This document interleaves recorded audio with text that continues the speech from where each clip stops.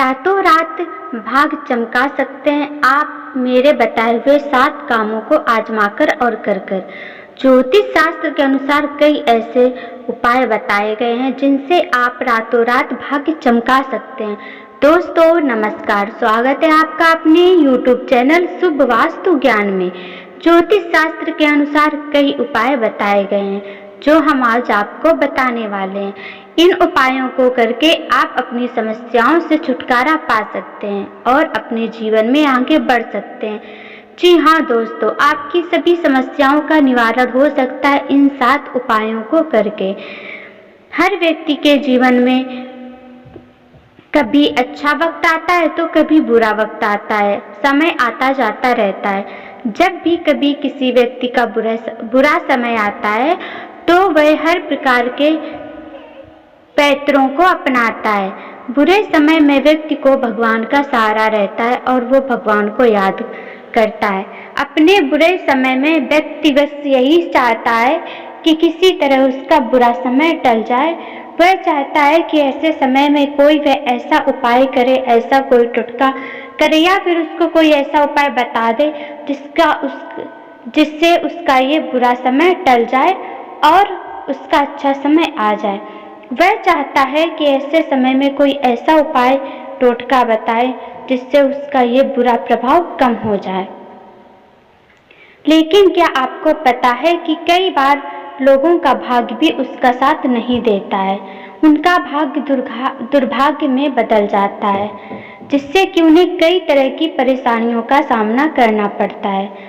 तो अगर आपका भाग्य भी दुर्भाग्य में बदल चुका है, आपका भाग्य आपका साथ नहीं दे रहा है, तो आइए जानते हैं कुछ ऐसे सरल उपाय जिनसे मात्र कुछ दिनों में आपका भाग्य आपका साथ देने लगेगा और भाग्योदय हो जाएगा। जी हाँ दोस्तों, आपका जो भी बुरा समय है वो टल जाएगा अगर आप मेरे बताए हुए इन 7 उपायों को करते हैं। नंबर 1 दोस्तों, क्या उपाय करना है? किसी भी तालाब के पास आपको चले जाना है।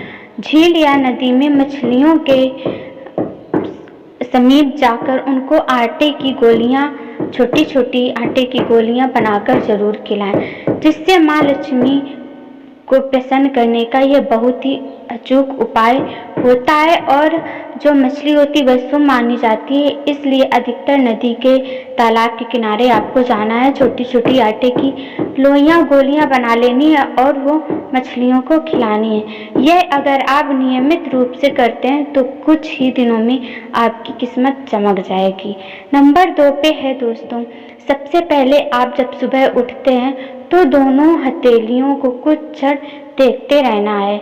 सबसे पहले आप उठ के फिर इधर उधर आपको कहीं नहीं देखना है। आपकी जो दोनों हथेलियां होती हैं उनको आपको काफ़ी देर तक, कुछ क्षण देर तक उनको 3 से 4 बार अपने मत्थे पे फेरें सर से लेके और ईश्वर को नमस्कार करें। इसका कारण है कि हथेली के आगे भाग में माँ लक्ष्मी, मध्य भाग में माँ सरस्वती और मूल भाग में मणिबंध में भगवान विष्णु का स्थान होता है। यह अगर आप निरंतर लगातार कार्य करते हैं तो आपका भाग्य चमक उठता है।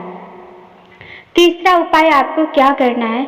ज्योतिष शास्त्र के अनुसार आप अगर बरगद के पत्ते को गुरु पुष्प या रवि पुष्प योग में लाकर उस पर हल्दी से स्वास्तिक बनाकर घर में रख लेना है। ऐसा करने से घर में सुकून और शांति का माहौल बढ़ता है। घर परिवार में बने क्लेश भी खत्म हो जाते हैं। नंबर 4 पे आपको जो उपाय हम बता रहे हैं वो बहुत ही सरल उपाय है। प्रतिदिन चींटियों को शक्कर मिला हुआ आटा खिलाना चाहिए। आए दिन हम लोग रोज अधिकतर चलते फिरते, टहलते, उठते बैठते हमारे पैरों के नीचे जो चींटियां दब के मर जाती हैं उनका दुष्प्रभाव हमारे जीवन पे पड़ता है। अगर हम उनको शक्कर मिला हुआ आटा खिलाते हैं तो ऐसा करने से पाप हमारे नष्ट होते हैं और हमें पुण्य मिलता है। नंबर 5 पे है, घर के मुख्य द्वार के ऊपर भगवान गणेश का चिन्ह इस प्रकार लगाएं कि उनका मुख घर के अंदर की ओर रहे उस पर सुबह दुर्वा जरूर अर्पित करें, फूल अर्पित करें। ऐसा करने से घर में खुशहाली आती है। नंबर 6 पे है दोस्तों, काली हल्दी की एक गांठ को आप अपनी तिजोरी में रखें। इससे धन वर्षा तो होगी ही और दिमागी सुकून भी प्राप्त होता है। काली हल्दी की जो गांठ होती है उसको आपको अपनी तिजोरी में या फिर अपने वॉलेट पर्स में रख लेनी है। नंबर 7 पे है दोस्तों, जब भी किसी महत्वपूर्ण कार्य के लिए आप घर से बाहर निकलें तो उसके पहले अपने माता पिता और घर के बड़े बुजुर्गों के चरण स्पर्श जरूर करें और उनका आशीर्वाद लें। माता पिता को प्रत्यक्ष देवता माना गया है।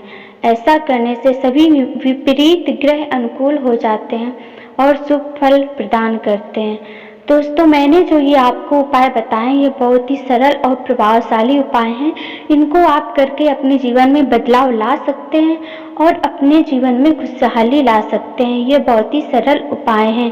दोस्तों, हम आए दिन जो भी कार्य करते हैं उसका कुछ ना कुछ दुष्प्रभाव हमारे जीवन पे पड़ता है, इसलिए हमको कुछ ऐसे कार्य करते रहना चाहिए जिससे वो दुष्प्रभाव क्षय होते रहें और नष्ट होते रहें, जिससे हमारे जीवन में खुशहाली